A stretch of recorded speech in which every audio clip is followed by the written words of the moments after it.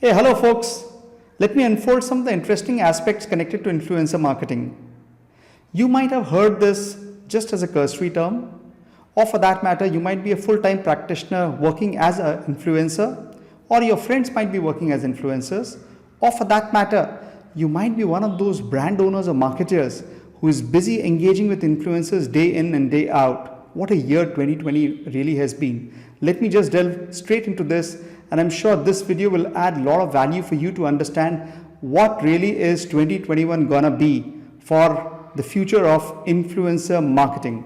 So let me just delve straight into this. So how has 2020 as a year really been? Let me just share that 2020 was a year full of topsy and turviness. So what I really mean by that is lots of ups and downs. We have all been part of the pandemic. We've all been into this together, and we know how both the brand owners as marketers as well as influencers, they've really come out of their usual realm of activities, and they've really supported this pandemic in terms of doing a lot of social causes. And you know what really happened at the entry of 2020? The future of influencer marketing was very, very bright, and there was demand not only in India but across the globe. In fact, marketers had started to give it the importance that it truly deserves. And that particular thing was also as a trend being observed in India over the last year, especially in 2019. So why is it really flourishing? So the reason it is flourishing is because there's something special, something unique about influencer marketing which comes on board. And that is the humane element which it really brings in. And what do I really mean by humane element? It's all about the real people and real stories. People connect to people. We all know that this is the fundamental fact. When I see an ad, the amount of connection that that ad is going to bring to me, as against when I see someone, a close group of friends talking to me and sharing, saying, this is what I have experienced and you must just try this. What relates and connects with me is much better when a friend is speaking as against just a typical ad. So that's one of the primary reasons why it's really flourishing. Well, I have been a practitioner of influencer marketing. I've been following influencer marketing over the last few years, and I must say that this is a very, very interesting space to get into. It all depends upon the kind of niche that an individual really has. There are a lot of Gen Z people who are graduating year after year, and a lot of them are taking this as a full-time career in specific areas that they like, in specific areas that they're passionate about. So let me just get into the third point, which is who is really contributing to the brand. So the people who are contributing to the brand are young marketers. And what do I really mean by young marketers? Does it really mean just the brand owner? No, not necessarily. It is the brand owner's representatives, someone working in an organization, managing this particular division, managing a particular brand, or a brand representative. So this is basically both internally as well as externally. What do I really mean by that? Internally is a set of people who are working within an organization, and they're responsible for the brand's growth. They're responsible for the kind of work that the brand will be in a position to do with their set of consumers, with their set of target market. And externally, what I really mean by externally is basically set of influencers who work outside with different set of brands, and all that they're trying to do is relate and connect to the brand so that the brand can grow. They work day in, day out to fulfill the brand-led objective. Now, why really are influencers important? What is it that they really bring on board? So they truly help achieve a lot of marketing goals, just beyond lead generation, just beyond sales.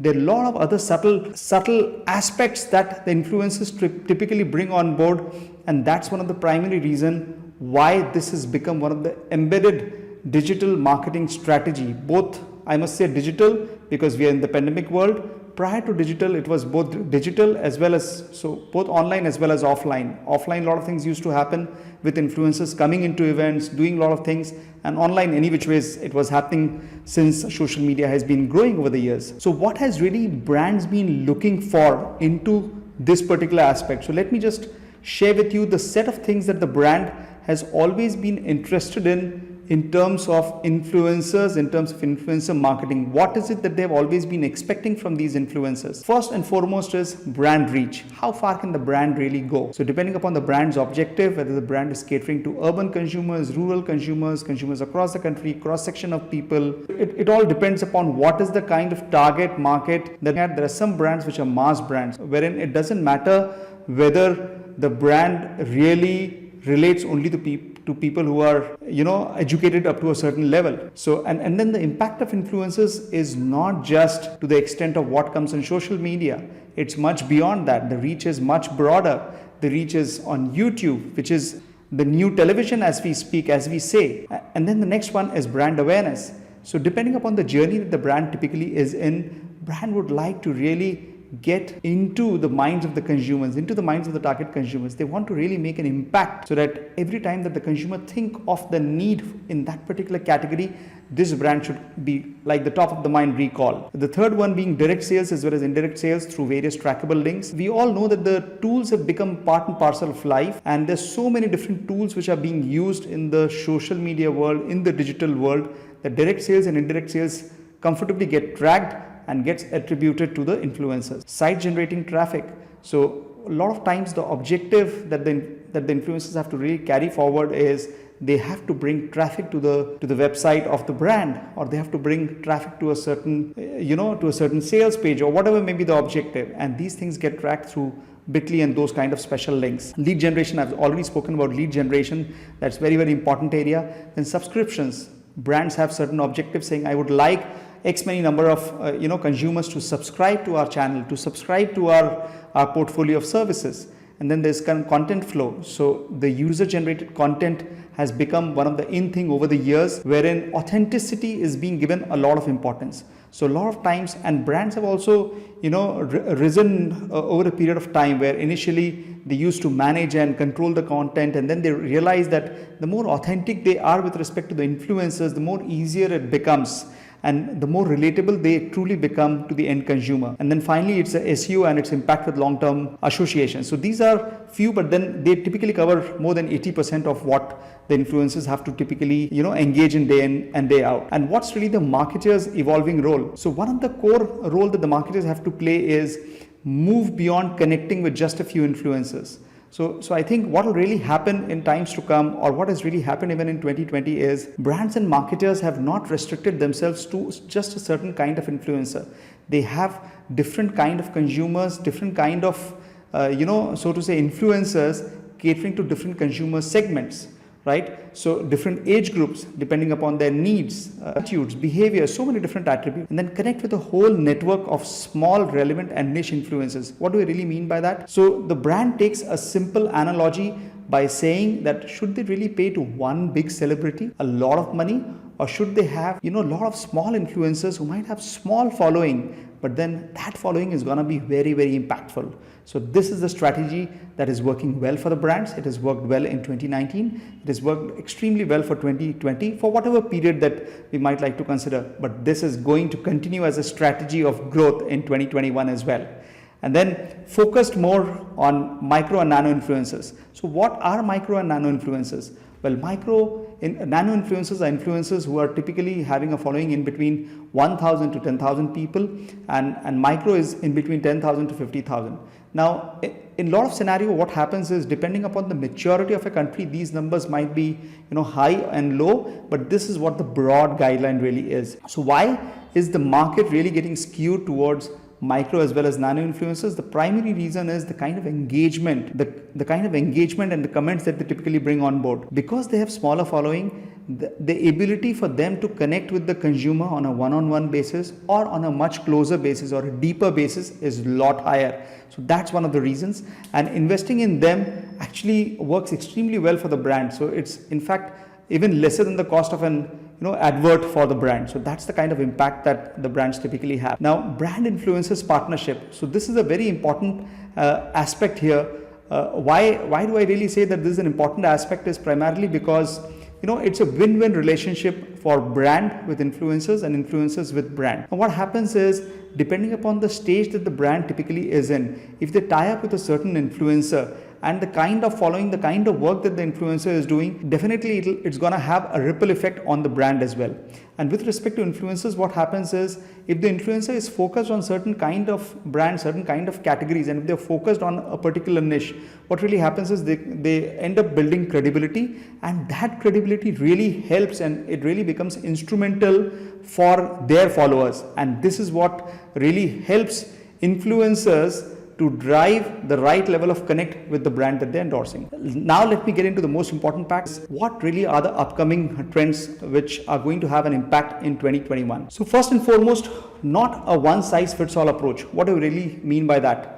So marketers and brands are going to have different kind of influences depending upon the kind of niche, kind of area that they bring in. For example, fashion, lifestyle are gonna fall into a similar category, right? So another thing can be a retail, e-commerce, a similar category. So it's all about the kind of impact that the influencers will be able to bring into the area that they typically work. The next one, when brands are really going to get away sooner or later, that is what their desire is, from sponsor tag to drive better transparency and build lot of trust with the end consumers. Third one is, it's all about the collective. Now what do we really mean by all about the collective is, marketers group influencers into a kind of influencers. And why do I really say that? Because it all depends upon the kind of following that the influencers will typically have, and that depends on what? That depends upon the kind of work that the influencers have really done, and thus it's all about having the right people and the right fit.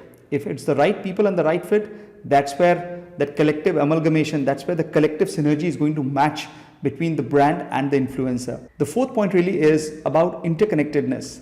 And now interconnectedness is really very interesting point. And why do I really say that is because influencers who really possess the power, and hear me, who really possess the power to transfer ideas between different groups will be the most influential ones. So say for example, someone who's really worked on a particular sports brand, what's the kind of synergy that they will be able to bring from a particular sports, say shoe brand, to another apparel brand. So that's the kind of synergy and interconnectedness and relatability. The more relatable they become, the more impactful they will be. So for example, someone who has worked very closely in beauty, will they be able to have an impact on lifestyle as a category?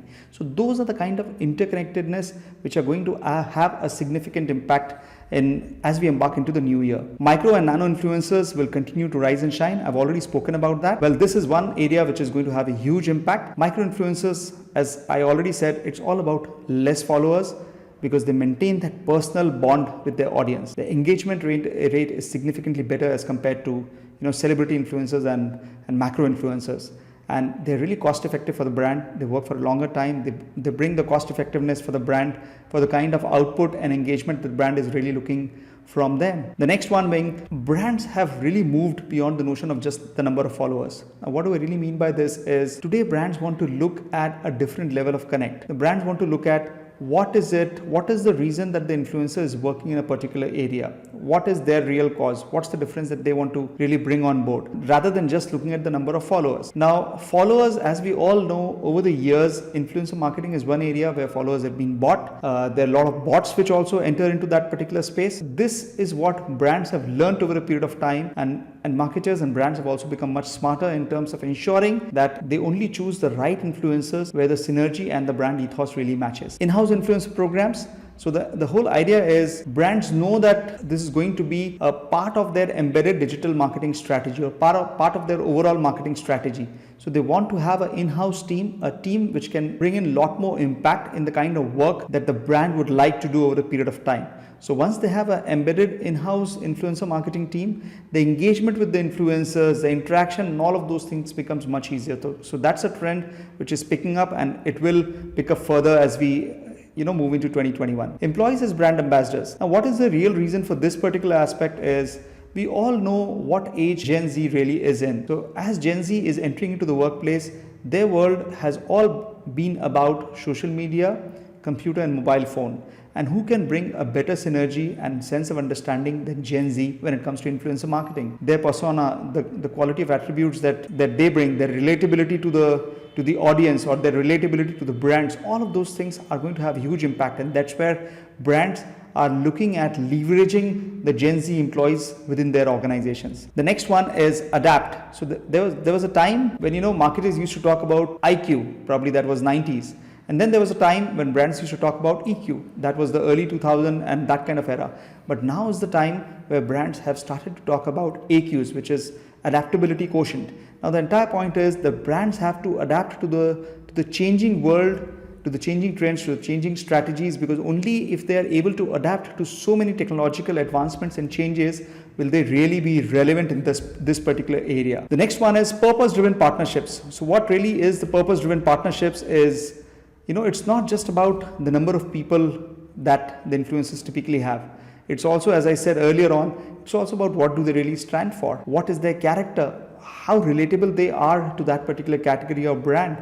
Do they match in terms of synergy? What's the affinity that they bring in? What are the kind of brands have they worked with in the past? And what is the reason that they've worked with those kind of brands? So this is really the beginning of the online era. So what do I really mean by this?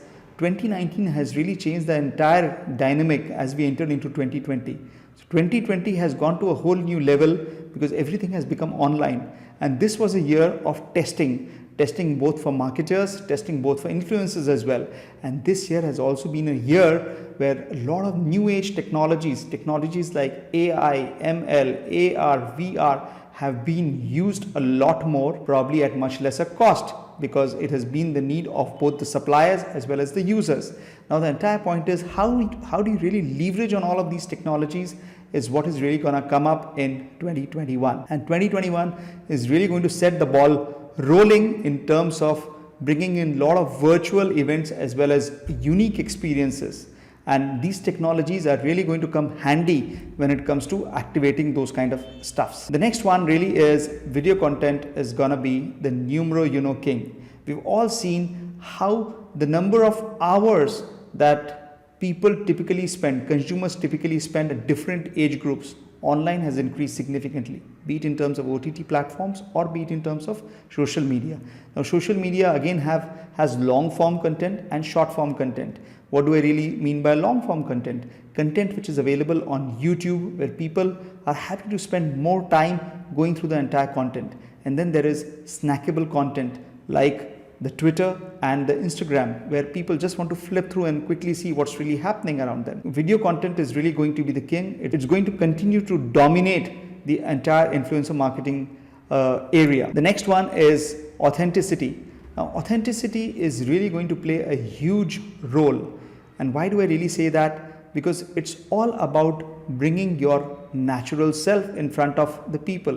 There's going to be a trend like no filter trend, which is really catching up. It is catching up in other parts of the world. Whatever happens in other part of the world comes to India, and whatever happens in India quickly gets picked up in the other part of the world. So one of the most effective ways to build a digital community is just by being authentic, and this is what brands are going to leverage, and this is what influencers are also actively working on. They're trying to bring their real self. Haven't you seen a lot of celebrities of late who are trying to bring their natural self in front of the camera just to showcase how they really are and just to relate and get those kind of deeper connections with their followers. So I've already spoken about deeper connection. Yes, that deeper connection is extremely important, and it's going to play a huge role when it comes to influencer marketing. And then finally, it's all about more and more ongoing partnerships which are truly going to be long term, which are going to be beyond the typical one-off strategy that the brands have played so far in influencer marketing, be it in 2018, 2019, 2020. 2021 is going to be the year where long-term partnership, be it with micro-influencers, nano-influencers, is really going to come into play, because brands know that those are the kind of people who have already spent time on their brand. They've brought certain results, and this is the time now to leverage on the work that they've done. Thank you so much. I'm sure you guys have enjoyed whatever I've said. Do write your comments, and I look forward to reading your comments. And what do you think about influencer marketing? What are the trends that you really oversee? Do write back, and I'll be happy to read